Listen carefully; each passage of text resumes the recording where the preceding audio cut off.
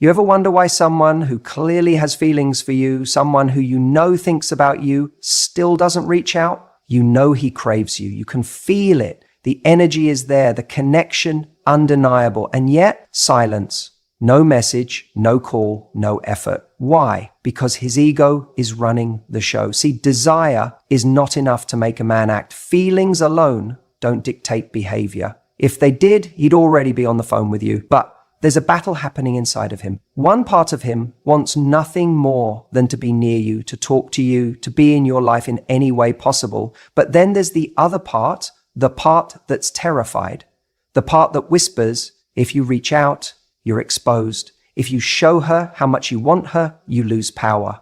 Men are taught, directly or indirectly, that control equals strength, that the one who cares less wins.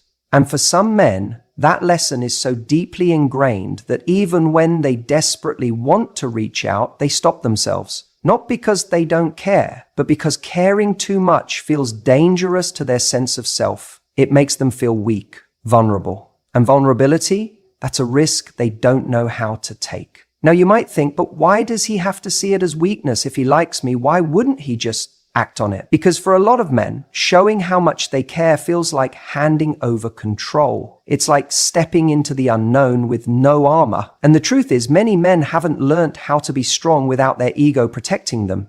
They haven't learnt that real confidence isn't about withholding affection, it's about having the courage to express it. So instead, he plays this internal game. He convinces himself that if he waits long enough, maybe you'll reach out first. Maybe you'll be the one to close the gap so he doesn't have to risk his pride. Or he tells himself that if he keeps his distance, his craving for you will pass. That if he ignores it long enough, the feelings will go away. But here's the kicker. They don't. That desire stays. It simmers. It lingers. And yet his ego refuses to let him act on it. And this is where so many women get caught in a painful loop. You feel his energy. You sense that he wants to reach out, but he doesn't. So you start questioning yourself. Did I do something wrong? Does he not care enough? Maybe if I just gave him a sign, he'd feel safe to make a move. But that's where you have to be careful. Because the moment you start taking on the responsibility for making him feel safe enough to act, you start negotiating against your own value. A man who truly values you isn't going to let his ego stand in the way of showing up for you. He's not going to play games with his own feelings just to maintain an illusion of control. When a man is truly confident, he won't see his emotions as something to suppress. He'll see them as something worth acting on. And that's the kind of man you want.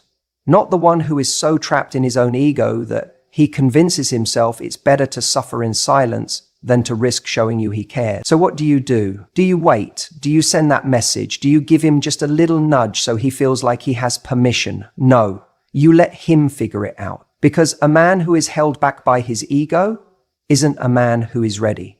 If he can't push past his own pride, then he's not capable of the kind of relationship you deserve.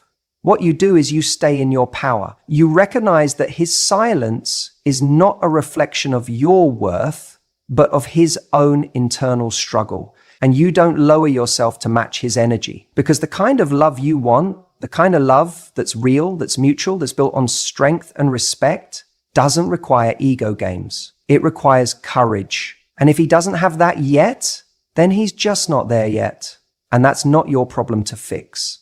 You ever notice how some men act like they have it all together, but the moment emotions get involved, they disappear? It's not because they don't feel something for you. In fact, it's often the opposite. When a man craves you deeply, when you have a hold on his mind in a way that he can't shake, that's exactly when he pulls away. And it's not because he doesn't want you, it's because he's terrified of losing control. Men are taught, whether consciously or unconsciously, to be in control of their emotions, their careers, their ambition. There's an unspoken rule that needing someone too much is weakness, that vulnerability is dangerous. So, when a man finds himself craving you to the point where his thoughts circle back to you every time he's alone, when your presence starts dictating his mood, when the mere thought of losing you sends a pit into his stomach, his first instinct isn't always to move towards you.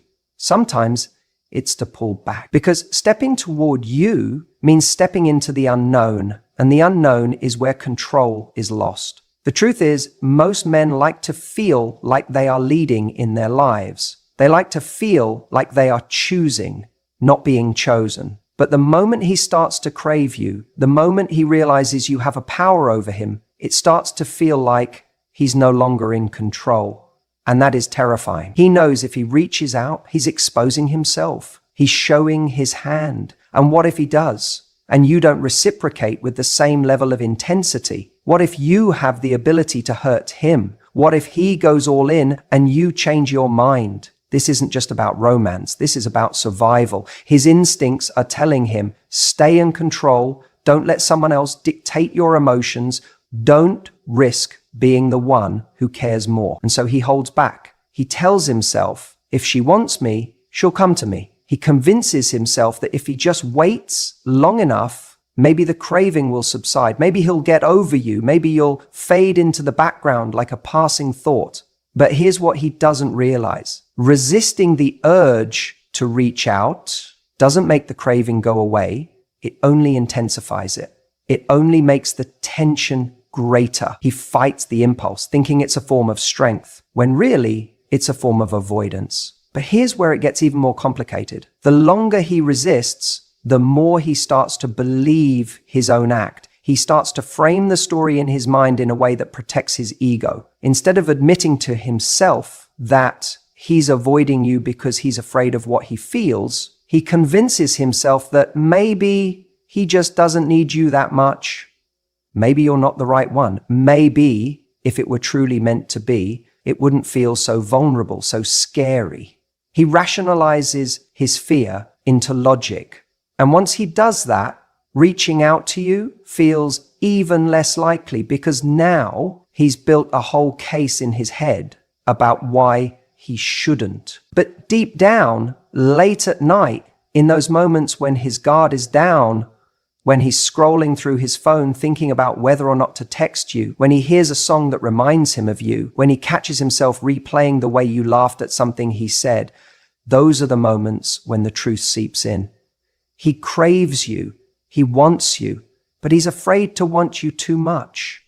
And this is where a lot of women get caught up in the wrong question. You start asking yourself, if he wants me, why isn't he reaching out? But that's not the real question. The real question is, why are you waiting for someone who is too afraid to step into what they truly want? Why are you putting your power in the hands of someone who is still wrestling with their own fears? Because a man who is truly ready, a man who isn't afraid to lose control in the right way, won't let his fears dictate his action. He'll take the risk. He'll reach out. He'll step up. The reality is, control is an illusion. Love, connection, real chemistry, none of that exists in a space of control. The men who try to fight their feelings, who try to suppress their desire, who refuse to reach out because they're afraid of looking weak, they're not in control. They're just trapped in fear. And you, waiting for them to make a move, you're getting caught in that same trap. So here's what you need to understand. A man who truly wants to be with you will find a way to be with you, not because he's free from fear, but because he's willing to move through it, because he understands that what he stands to gain is greater than what he might lose, because he recognizes that the real strength isn't in control, it's in courage. And if he doesn't, if he lets fear win, then he's already lost something far greater than control. He's lost the chance to experience something real with you. And that's his loss, not yours. If he's waiting for you to chase, it's not because he doesn't want you. It's because he's trying to shift the balance of power in his favor. See, attraction isn't always about who desires who. It's often about who is willing to take action on that desire. And for some men, the real game isn't just about liking you. It's about seeing whether they can make you prove how much you like them. It's a dance of control, of positioning, of ego. If he senses that you're interested, that you feel the spark, he might sit back and think, let's see how much she's willing to do for me. Let's see if she'll text first, if she'll try to win me over, if she'll keep the conversation going.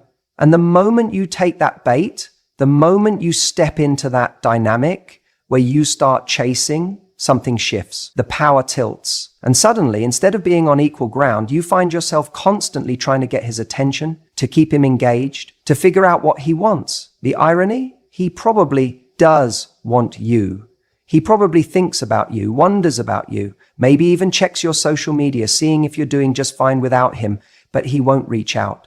Not because he doesn't crave you, but because he wants you to feel his absence so deeply that you're the one who gives in first. Now, let me ask you something. Do you really want to be in a position where you have to prove your value to someone who already knows your worth? Because that's what this game is really about. It's not about love. It's not about chemistry. And it's certainly not about destiny. It's about control. It's about one person deciding that they'd rather be the prize than the pursuer. And the moment you play into that, you reinforce the idea that your attention is something he can just sit back and wait for. But let's flip the script for a second. What happens when you don't chase? What happens when you don't reach out first? When you don't play the role he's expecting you to? That's when things get interesting. That's when you find out whether he was truly interested in you or just in the feeling of being wanted. If he actually values you, if he genuinely craves you, then your absence will not go unnoticed. He'll feel it. He'll wonder why you're not the one filling the silence, why you're not the one making the effort. And if he never reaches out, then you've already won, because now you know he wasn't interested in you as a person, just in the validation that your pursuit would give him. I see so many people stuck in this cycle, waiting for someone to act, hoping that silence will break, analyzing every little interaction, every text that comes late or not at all, as if it holds some hidden meaning. But the truth is simple. If a man truly wants you, he'll make it known. Period.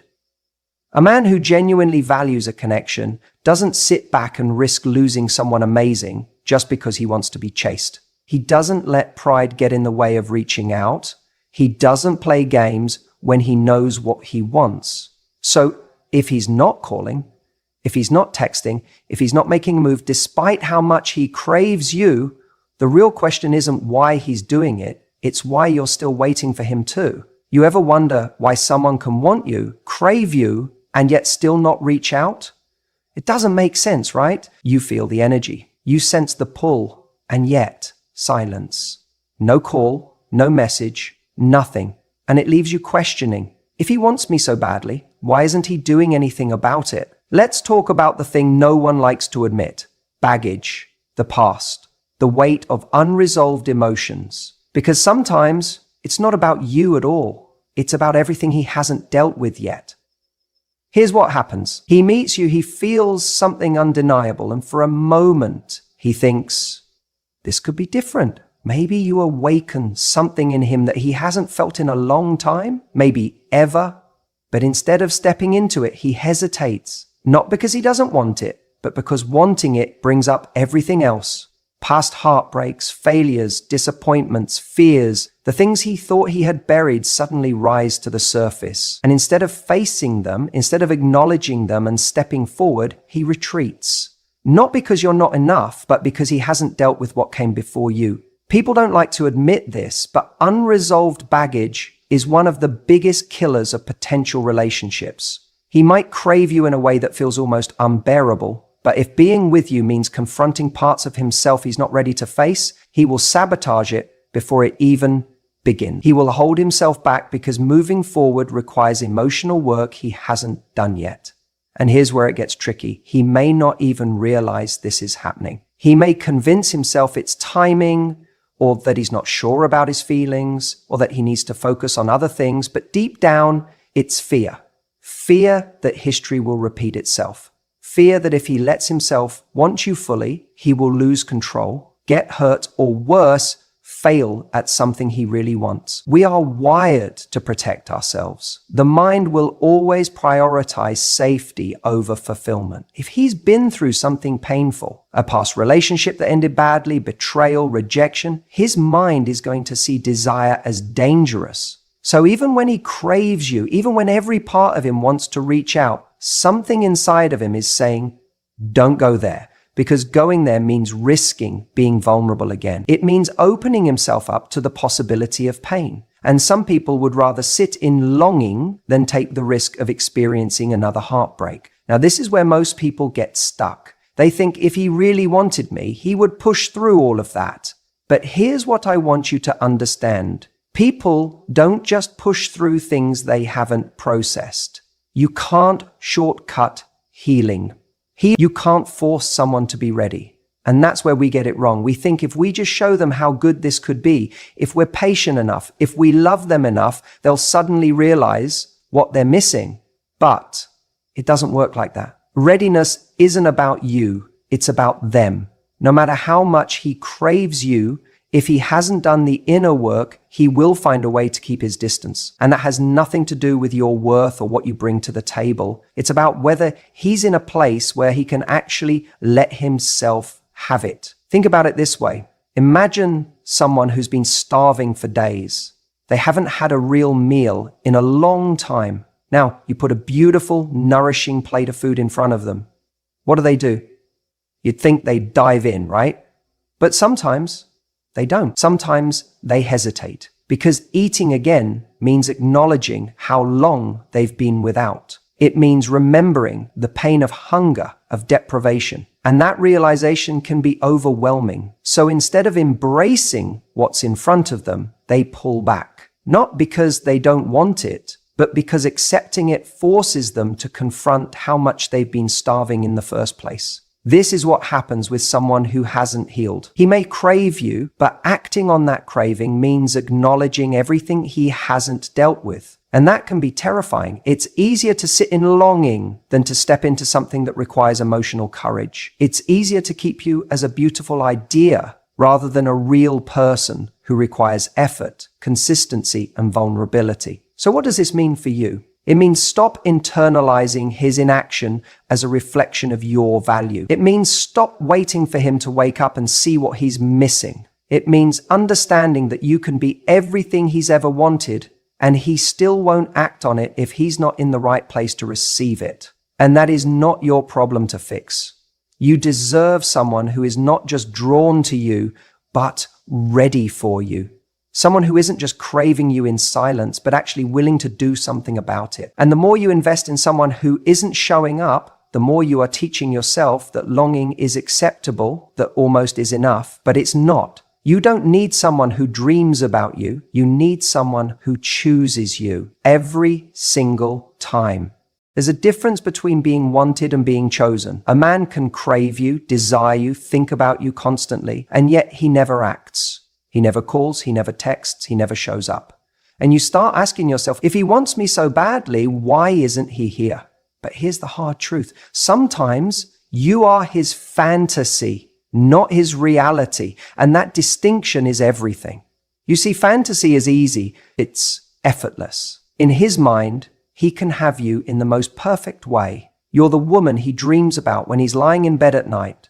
You're the image that pops into his head when he hears a song on the radio or sees a couple walking down the street. He craves you in his imagination because in that space, he doesn't have to do anything. He doesn't have to make an effort. He doesn't have to risk rejection. He can keep you in a safe, untouchable place where you remain perfect, where he never has to confront the reality of what it means to actually be with you. But reality requires something more. It requires action. It requires effort. It requires him to put himself on the line and risk being vulnerable. And that's where so many men get stuck. Because to bring you into reality, to make you a real part of his life, he has to do the work. He has to pick up the phone, text you, arrange to see you, and show up consistently. And the moment he does that, he can no longer control the fantasy.